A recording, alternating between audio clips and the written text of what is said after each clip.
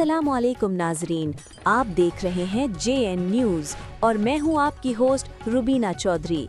सबसे पहले नजर डालते हैं आज की अहम खबरों पर।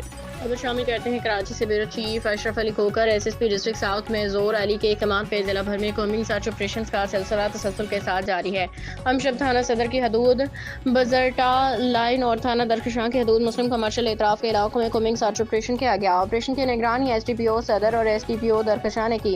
कॉम्बिंग ऑपरेशन के दौरान इलाके के दाखिली खारजी रास्तों को सील करके तलाशी का अमल अंजाम दिया। दौरान ऑपरेशन 80 से ज्यादा अफराद को तलाश और SVAS डिवाइस के जरिए चेक किया। घरों, होटल्स और आर्जी रहायश गाहों को भी मुकम्मल तलाशी ली गई।